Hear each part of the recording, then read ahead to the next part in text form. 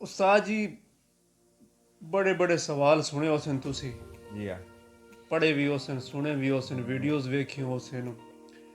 कि ਉਹਦੇ ਚ ਇੱਕ ਸਵਾਲ ਬੜਾ ਨਾ ਇੱਕ ਟੌਪ 10 ਦੇ ਵਿੱਚ ਆਂਦਾ ਹੈ ਕਿ ਪਾਕਿਸਤਾਨ ਦੇ ਹਾਲਾਤ ਕਿਸ ਤਰ੍ਹਾਂ ਠੀਕ ਹੋ ਸਕਦੇ ਨੇ ਇਹਨੂੰ ਦੂਏ ਲਫ਼ਜ਼ਾਂ 'ਚ ਇਹ ਹੁੰਦਾ ਹੈ ਕਿ ਪਾਕਿस्तान कैसे तरक्की कर सकता है यानी कि इन मुख्तलिफ लफाज दे अंदर जी हाँ, यानी कि अल्फाज जो भी हो मैंने मतलब सारा दा इयो ही होंदा है भाई ये हालात जिवें 70-75 साल या मौकी में आजकल तो मजीद बड़े गंभीर किस्म दे हैं ना हुण तो होर ज्यादा हालात खराब हो गए लेकिन पाकिस्तान दे हालात अच्छा इन हालात दे विच हालात दी जेहड़ी अबतरी है इस नैच ते जेहड़ा पाकिस्तान पहुंचा है ये किवें पहुंचा ये कुछ महीने है तो ना ये बड़ा वाज़े हो रहा है कि वो केड़े ਹਨ जिन्हां इस नैच ताईं पहुंचाया बिल्कुल बिल्कुल ਤੇ ਹੁਣ ਠੀਕ ਕਿਵੇਂ ਹੋ ਸਕਦਾ ਹੈ ਅੱਛਾ ਵਿੱਚ ਹੁਣ ਕੁਝ ਲੋਕਾਂ ਇਹ ਆਖਣਾ ਸ਼ੁਰੂ ਕਰ ਦਿੱਤਾ ਹੈ ਕਿ ਉਹਨਾਂ ਨੂੰ ਮਾਈਨਸ ਕਰ ਦਿਓ ਨਾ ਤੇ ਉਹ ਠੀਕ ਹੋ ਵੈਸੀ ਇੱਕ ਆਂਦੀ ਪਈ ਹੈ ਰਾਏ ਇਹ ਆਂਦੀ ਪਈ ਹੈ ਕਿ ਉਹਨਾਂ ਨੂੰ ਮਾਈਨਸ ਕਰੋ ਪਾਕਿਸਤਾਨ ਠੀਕ ਹੋ ਵੈਸੀ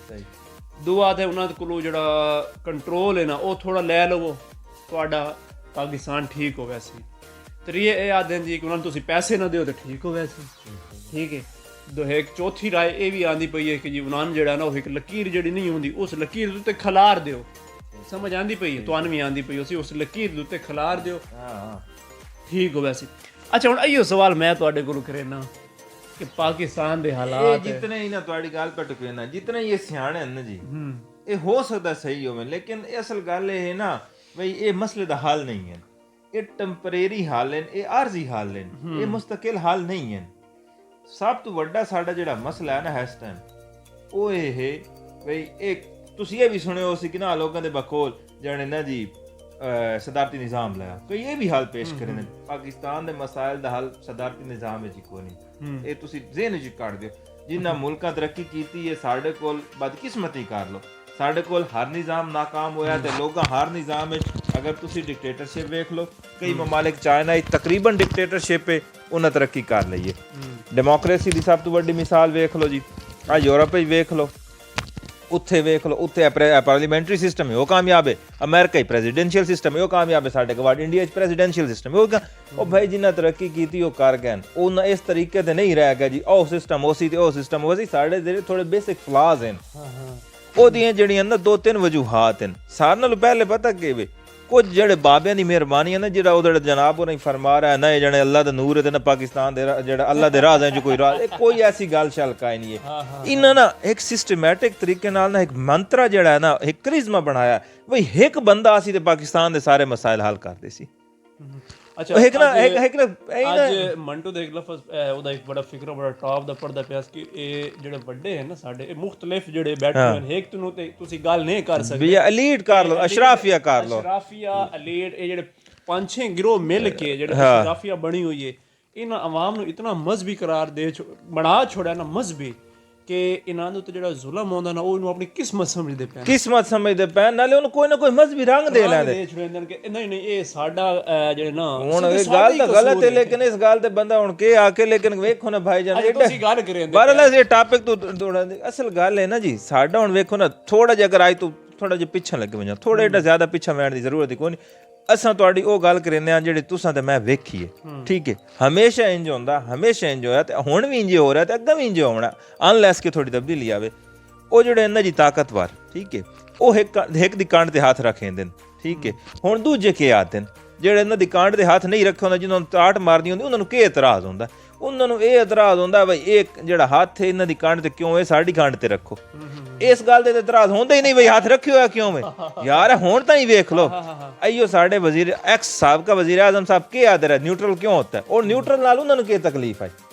ਉਹ ਆਦੇ ਹਨ ਬਈ ਨਿਊਟਰਲ ਨਾ ਹੋ ਤਾਂ ਮੇਰੇ ਨਾਲ ਹੋਵੋ ਉਸ ਦੌਰਾਨ ਜਦੋਂ ਇਹ ਗੱਲਾਂ ਹੋਈਆਂ ਨਾ ਹਰ ਅਖਬਾਰ 'ਚ ਕਾਲਮ ਲਿਖਿਆ ਹੋਇਆ ਤੇ ਬੜੇ ਬੜੇ ਬੰਦਿਆਂ ਇਹ ਗੱਲ ਲਿਖੀ ਬਈ ਨਿਊਟਰਲ ਤਾਂ ਕਿਸੇ ਨੂੰ ਨਹੀਂ ਪਸੰਦ ਅਪੋਜੀਸ਼ਨ ਹੋਵੇ ਉਹਨਾਂ ਨੂੰ ਵੀ ਨਿਊਟਰਲ ਪਸੰਦ ਨਹੀਂ ਹੈ ਤੇ ਭਾਵੇਂ ਜਿਹੜਾ ਹਿਜ਼ਬ ਇਕਤਦਾਰ ਹੋਵੇ ਜਾਂ ਇਖਤਲਾਫ ਹੋਵੇ ਦੋਵੇਂ ਆਦੇ ਨੇ ਨਿਊਟਰਲ ਤਾਂ ਹੋਣਾ ਹੀ ਨਹੀਂ ਚਾਹੀਦਾ ਦੋਵਾਂ ਨੂੰ ਆਪਣੇ ਦੇ ਚਾਹੀਦੇ ਨੇ ਅੱਛਾ ਜਿਸ ਵਕਤ ਖਾਨ ਸਾਹਿਬ ਨੂੰ ਰਿਅਲਾਈਜ਼ ਹੋ ਗਿਆ ਕਿ ਜਿਹੜੇ ਨਿਊਟਰਲ ਜਿਹੜੇ ਹਨ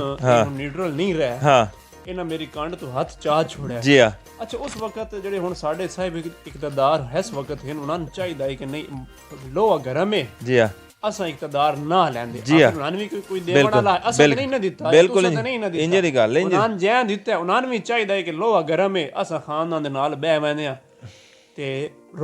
ਰੋਲਾ ਮੁਕਾ ਬਿਲਕੁਲ ਉਹਨਾਂ ਇਹ ਚਲੋ ਇੱਥੋਂ ਤੱਕ ਇੱਕ ਗੱਲ ਬੜੀ ਆਈਡੀਅਲਾਈਜ਼ ਆਈ। ਠੀਕ ਹੈ ਸ਼ਾਇਦ ਉਹ ਲੱਗੇ ਵੀ ਵੈਂਦੇ, ਹਾਂ ਸ਼ਾਇਦ ਉਹ ਲੱਗੇ ਵੀ ਵੈਂਦੇ ਖਾਨਾਂ ਦੇ ਕੋਲ ਕਿ ਨਹੀਂ ਭਾਈ ਹਾਂ ਜਿਨ੍ਹਾਂ ਤੇਰੀ ਕੰਨ ਤੇ ਹੱਥ ਰੱਖਿਆ ਹੁਣ ਉਹਨਾਂ ਚਾਹ ਲਿਆ, ਹੁਣ ਸਾਡੀ ਤੇ ਰੱਖੇ ਨੇ ਅਸਾਂ ਬਈ ਉਹਨਾਂ ਦਾ ਹੱਥ ਝਟਕ ਛੋੜਿਆ। ਹਾਂ ਲੇਕਿਨ ਅਸੀਂ ਤੇਰੇ ਕੋਲ ਆਏ ਹੁਣ ਬਹਿ ਕੇ ਨਵਾਮ ਨੂੰ ਦੱਸੀਏ ਰੋਲਾ ਕੀ। ਅੱਛਾ ਉਹਨਾਂ ਨੂੰ ਇੱਕ ਬੰਦੇ ਸਿਆਣੇ ਬੰਦੇ ਦੱਸਿਆ ਕਿ ਖਾਨ ਕੋਲ ਨਹੀਂ ਬਹਿਣਾ। ਹਾਂ ਨਹੀਂ ਉਹਦੇ ਨਹੀਂ ਇੱਕ ਵਜ੍ਹਾ ਆਈ ਨਾ, ਹਾਂ ਖਾਨ ਕੋਲ ਨਹੀਂ ਬਹਿਣਾ, ਤੁਸੀਂ ਉਹਨਾਂ ਦੇ ਕੋਲ ਵਜ ਕੇ ਬਾਣਾ ਹੀ ਉਹ ਸਾਡਾ ਜੀ ਠੀਕ ਹੈ ਆਓ ਜੀ ਆਓ। ਉਹ ਲੈਂਦਾ ਯੂ ਟਰਨ ਯਕਦਮ,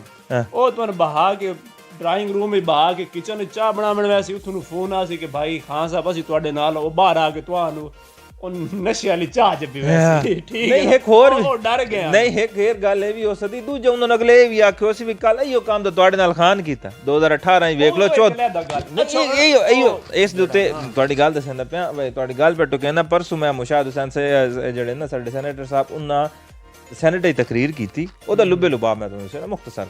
ਉਹਨਾਂ ਆਖਿਆ ਬਈ ਸਾਡੇ ਜਿਹੜੇ ਸਿਆਸਤਦਾਨ ਨੇ ਨਾ ਜੀ ਇਹਨਾਂ 'ਚ ਕੈਪੈਸਿਟੀ ਖਤਮ ਹੋ ਗਈ ਹੈ ਨਵੀਆਂ ਗਲਤੀਆਂ ਕਰਨ ਦੀ। ਅੱਛਾ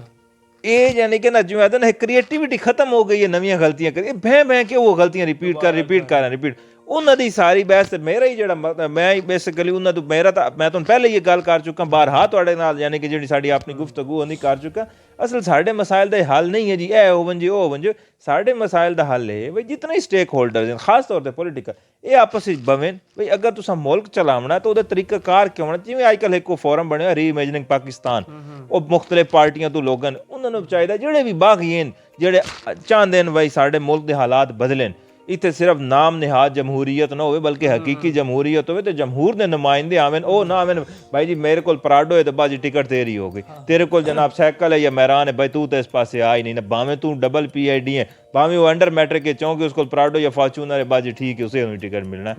ਜਦਣ ਤਾਈਂ ਤੁਸੀਂ ਅਸਲ ਉਹ ਸਾਰੇ ਉਹ ਰੀਇਮੇਜਨਿੰਗ ਪਾਕਿਸਤਾਨ ਵਾਲੇ ਕੇ ਪਿੱਟਦੇ ਨੇ। ਉਹ ਆਖਦੇ ਨੇ ਬਈ ਤੁਸੀਂ ਆਪਣੀ ਪ੍ਰਾਇਓਰਟੀਜ਼ ਜਾਂ ਆਪਣੀ ਤਰਜੀਹਾਤ ਵਿੱਚ ਆਵਾਮ ਨੂੰ ਜਿਹੜਾ ਨਾ ਨੰਬਰ ਦਿਓ, ਕੋਈ ਕਿਸੇ ਪਾਸੇ ਇਹਨੂੰ ਹੀ ਰੱਖੋ। ਹਰ ਸ਼ਾਨ ਤੋਂ ਤੁਸੀਂ ਤਰਜੀਹ ਦਿੱਤੀ ਪਾਰਟੀਆਂ ਰਲ ਮਿਲ ਕੇ ਬਵਣ। ਬਿਲਕੁਲ ਜੀ ਇਹ ਬਹਿ ਕੇ ਆਪਣਾ ਕੋਈ ਡੋਮੇਨ ਸੈੱਟ ਕਰਨ ਤੇ ਉਹ ਜਿਹੜੀ ਤੁਸੀਂ ਜਿਸ ਪਾਰਟੀ ਦੀ ਤੁਸੀਂ ਪੱਕ ਰਹਿੰਦੇ ਹੋ ਕੁਝ ਉਹਨਾਂ ਦੇ ਇਖਤਿਆਰਾਤ ਤਾਂ ਹੋਵੇ ਨਾ ਆਪਸ ਵਿੱਚ ਇੱਕ ਗੇਮ ਬਣਾ ਲਵੇਂ। ਯਾਰ ਗੱਲ ਇੰਜ ਨਾ ਤੁਸੀਂ ਇੱਕ ਮਿਸਾਲ ਸਮਝ ਲਓ ਬਈ ਇੱਕ ਪਿੰਡ ਹੈ ਉਹਦੇ 3-4 ਧੜੇ ਰਾਂਦੇ ਪੈਂਦੇ, ਇੱਕ ਚੌਥਾ ਜਾਂ ਪੰਜਵਾਂ ਜਿਹੜਾ ਸਾਰਾ ਨਾਲ ਧੜਾ ਤਾਕਤਵਾਰ ਹੈ ਠੀਕ ਹੈ ਉਹ ਕੀ ਕਰਦਾ ਕਦੀ ਕਿਸੇ ਦੇ ਮੋਢੇ ਤੇ ਕਦੀ ਇਹਦੇ ਹੱਥ ਮੋਢੇ ਤੇ ਹੱਥ ਰੱਖੇ ਸੀ ਤੇ ਉਹ ਫੱਦ ਕੇ ਬੀਨ ਚ ਕੁੱਟੇ ਸੀ, ਕਦੀ ਸੀਨ ਰੱਖੇ ਸੀ ਉਹ ਬੀਨ ਚ ਰੁਗੜੇ ਸੀ। ਉਹ ਹਾਲਾਤ ਜੇ ਖਰਾਬ ਹਨ ਉਹਦਾ ਹੱਲ ਕੀ ਹੋ ਸਕਦਾ? ਉਹਦਾ ਹੱਲ ਇਹ ਹੋ ਸਕਦਾ ਕਿ ਉਹ ਸੀਨ ਬੀਨ ਸ਼ੀਨ ਐਨ ਖੈਨ ਆਪਸ ਵਿੱਚ ਬਹਿ ਕੇ ਗੱਲ ਕਰੇ ਨਾ ਬਈ ਪੀਆ ਬਈ ਸਾਡੀ ਆਪਸੀ ਮਾਮਲਾਤ ਨੇ ਅਸੀਂ ਆਪ ਹੱਲ ਕਰ ਲਸਾਂ। ਜਿਹੜੀ ਵੱਡੀ ਸ਼ੇ ਹੈ ਨਾ ਇਹ ਥੋੜੀ ਸਾਈਡ ਤੇ ਰਹੇ। ਮੈਂ ਤੁਹਾਨੂੰ ਦੱਸੇ ਨਾ ਹੁਣ ਮੈਂ ਦੱਸਾਂ ਮਹਿਮੂਦ ਗਜ਼ਨਵੀ ਜਿਹੜਾ ਹੈ ਉਹ ਸਾਡੇ ਹਿੰਦੁਸਤਾਨ ਇਹ ਕਾਮਯਾਬ ਕਿਉਂ ਹੋਇਆ?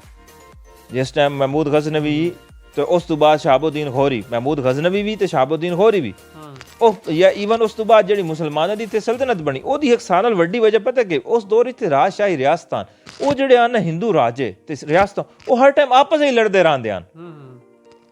ਉਹ ਆਪਸ ਵਿੱਚ ਲੜਦੇ ਰਹਿੰਦੇ ਭਾਵੇਂ ਉਹ ਤਾਕਤਵਰ ਹਨ ਜਾਂ ਕਮਜ਼ੋਰ ਤਾਕਤਵਰ ਹਨ ਲੇਕਿਨ ਆਪਸ ਵਿੱਚ ਲੜ ਕੇ ਉਹ ਫਾਰਿਗ ਹੋ ਚੁੱਕੇ ਹਨ। ਉਹ ਜਦੋਂ ਨਹੀਂ ਮਹਿਮੂਦ ਗਜ਼ਨਵੀ ਸਾਹਿਬ 26-27 ਜੇ ਹਮਲੇ ਕੀਤੇ ਨੇ ਹਰ ਵਾਰੀ ਆਉਂਦੇ ਹਨ ਕਾਇ ਨਾ ਕਾਸ਼ਾ ਲੈ ਕੇ ਵੰਦੇ ਤੇ ਸ਼ਹਾਬੁਦੀਨ ਗੌਰੀ ਤੋਂ ਕਤਲ ਹੀ ਚਾਹ ਛੋੜਿਆ ਨਾ ਉਹ ਯਾਨੀ ਕਿ ਜਿਹਨੇ ਸਫਾ ਹੈਸਤੀ ਤੋਂ ਮਿਟਾ ਦਿੱਤੀ ਉਸ 1193 ਦੇ ਤਿਰਾਨ ਦੀ ਜੰਗ ਵਿੱਚ ਪ੍ਰਿਥਵੀ ਰਾਜ ਨੂੰ ਖਤਮ ਕੀਤਾ 1206 ਤੋਂ ਲੈ ਕੇ ਬਾਅਦ ਆਈ ਤਾਂ ਹੁਣ ਚਲਦੀ ਪਈ ਇੱਥੇ ਮੁਸਲਮਾਨਾਂ ਦੀ ਹਕੂਮਤ ਕਿਸੇ ਨਾ ਕਿਸੇ ਸ਼ੇ ਵਿੱਚ ਰਹੀ ਹੈ। ਉਹਦੀ ਵਜ੍ਹਾ ਕਿ ਆਪਸ ਵਿੱਚ ਲੜਦੇ ਰਹੇ ਉਹਨਾਂ ਇਸ ਗੱਲ ਦਾ ਇਦਰਾਕ ਹੀ ਨਾ ਕੀਤਾ ਬਈ ਇਹ ਬੈਰੂਨੀ ਜਿਹੜਾ ਨਾ ਇਹ ਵੱਡਾ ਦੁਸ਼ਮਣ ਹੈ ਪਹਿਲੇ ਇਸ ਨਾਲ ਮੁੱਕ ਲਵਾਂ ਉਹਨਾਂ ਕਹਿੰਦੇ ਪਹਿਲੇ ਅਸੀਂ ਆਪਸ ਵਿੱਚ ਮੁੱਕਦੇ ਹਾਂ। ਇਹ ਜਿਹੜਾ ਨਾ ਇੱਕ ਹਿਸਟਰੀ ਦਾ ਲੈਸਨ ਹੈ ਸਾਡੇ ਜਿਹੜੇ ਨਾ ਇਹ ਖਾਸ ਤੌਰ ਤੇ ਭਾਵੇਂ ਕੋਈ ਛੋਟੀ ਜਮਾਤ ਹੈ ਭਾਵੇਂ ਕੋਈ ਮੋਟੀ ਜਮਾਤ ਹੈ ਜਿਹਦੇ ਪਿੱਛੇ 4 ਵੋਟ ਹਨ ਬੰਦੇ ਉਹਨੂੰ ਪਸੰਦ ਕਰਿੰਦੇ ਨੇ ਉਸ ਦੀ ਰਾਏ ਦੀ ਅਹਿਮੀਅਤ ਹੋਣੀ ਚਾਹੀਦੀ ਉਸ ਦੀ ਗੱਲ ਸੁਣਨੀ ਚਾਹੀਦੀ ਹੈ।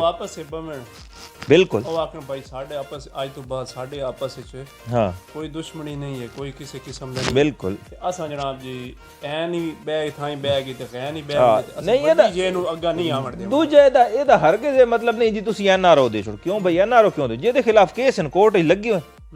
ਜਿਹਦੇ ਖਿਲਾਫ ਕੇਸ ਲੱਗੇ ਹੋਣ ਕੋਰਟ ਵਿੱਚ ਪ੍ਰੂਵ ਹੋ ਸਨ ਸਜ਼ਾ ਹੋਵੇ ਸੀ। ਇਹ ਕੋਈ ਨਹੀਂ ਜੀ ਮੈਨੂੰ ਰਾਤੀ ਖਾਬ ਆਇਆ ਜੀ ਫਲਾਣੇ ਜਨਾਬ ਉਹਦੇ ਅਕਾਊਂਟ 1500 ਅਰਬ ਡਾਲਰ ਪੈਨ ਮੈਂ ਸਵੇਰੇ ਉੱਠੀ ਗੱਡਾ ਵੱਡਾ ਬਿਆਨ ਦਾਗ ਦੇ ਸਾਂ ਬਾਜੀ ਉਸ ਇੱਕ ਗੱਲ ਕਰਕੇ ਛੋੜ ਕੇ ਅੱਗੂ ਸਾਰੀ ਦਿਹਾੜ ਤਰੇ ਜਿਹੜੇ ਉਹ ਸੋਸ਼ਲ ਮੀਡੀਆ ਤੇ ਟ੍ਰੈਂਡ ਚੱਲਿਆ ਰਿਹਾ ਸੀ ਸਬੂਤ ਕਿਸੇ ਕੋਲ ਹੀ ਕੋਈ ਨਹੀਂ। ਇਹ ਜਿਹੜਾ ਇੱਕ ਤਰੀਕਾ ਕਾਰ ਹੈ ਨਾ ਇਹ ਵੀ ਗਲਤ ਜਿਹੜਾ ਨਾ ਇਸ ਨਾਲ ਬਹੁਤ ਗਲਤ ਕੰਮ ਹੋਇਆ। ਅੱਜ ਤੁਸੀਂ ਬੜੀ ਅੱਛੀ ਗੱਲ ਆ ਜਿਹੜਾ ਨਾ ਥੋੜਾ ਜਿਹਾ ਤੁਸੀਂ ਜਿਹੜਾ ਨਾ એનર્ਜੈਟਿਕ ਹੋ ਕੇ ਬੋਲਿਓ, ਆਏ ਦਿਹਾੜਿਆਂ ਬਾਅਦ ਇਹਨੂੰ ਹੱਥੀਂ ਦਿਹਾੜੇ ਬਾਅਦ ਲੱਗੇ ਨਾ ਸਾਡੇ ਜੀ ਹਾਂ ਤੇ ਬੜੇ એનર્ਜੈਟਿਕ ਹੋ ਕੇ ਬੋਲੇ ਲੁੱਬੇ ਲੁਬਾਬ ਅੱਜ ਦੇ ਵੀਡੀਓ ਦਾ ਇਹੋ ਆਈ ਕਿ ਸਾਰੀ ਪਾਰਟੀਆਂ ਨੂੰ ਅਗਰ ਪਾਕਿਸਤਾਨ ਨੂੰ ਅੱਗੇ ਲੈ ਕੇ ਵਹਿਣਾ, ਸਾਰੀ ਪਾਰਟੀਆਂ ਆਪਣੇ ਇਖਤਲਾਫਾਤ ਭੁਲਾ ਕੇ ਬਹਿ ਵੰਜਣ, ਹਿੱਕੋ ਵੰਜਣ, ਜਾਂ ਤਾਂ ਆਖਣ ਕਿ ਭਾਈ ਤੁਸੀਂ ਆ ਜਾਓ, ਤੁਸੀਂ ਕਰ ਲਓ, ਹਾਂ ਜਾਂ ਇਹ ਤੋਂ ਬਾਅਦ ਤੁਸੀਂ ਨਹੀਂ ਆਵਣਾ ਸਨ ਜਾਂ ਮੁਰਸਾਨ ਕਰਨ ਦਿਓ ਭਾਈ, ਲੇਕਿਨ ਸਾਡੀ ਹਾਂ ਭਾਈ ਸਾਡੀ ਸ਼ਰ੍ਹਾਂ ਤੇ ਜਿਵੇਂ ਆਂਦੇ ਰਾਸਨ ਕਿਥਾਂ ਹੀ ਮਜਾ ਕੇ ਦੂਜੀ ਗੱਲ ਹੈ ਕਿ ਹੋਰ ਹੈ ਨਾ ਆਪਣੀ ਸਪੇਸ ਉਹਨਾਂ ਨੂੰ ਕਿਉਂ ਦਿੰਦੇ ਹੋ, ਇਹਨਾਂ ਆਪਣੀ ਸਪੇਸ ਆਪਣੀ ਜ਼ਾਤੀ ਮੁਖਾਲਫਤ ਦੀ ਵਜ੍ਹਾ ਤੋਂ ਉਹਨਾਂ ਨੂੰ ਦਿੱਤੀ ਹੈ ਨਾ। ਅੱਜ ਦਾ ਪ੍ਰੋਗਰਾਮ ਇੱਥੋਂ ਤੱਕ ਹੀ। ਅਰਸਲਾਨ ਮੁਗਲ ਤੇ ਮੈਂ ਦਿਓ ਇਜਾਜ਼ਤ। ਅੱਲਾ ਹਾਫਿਜ਼।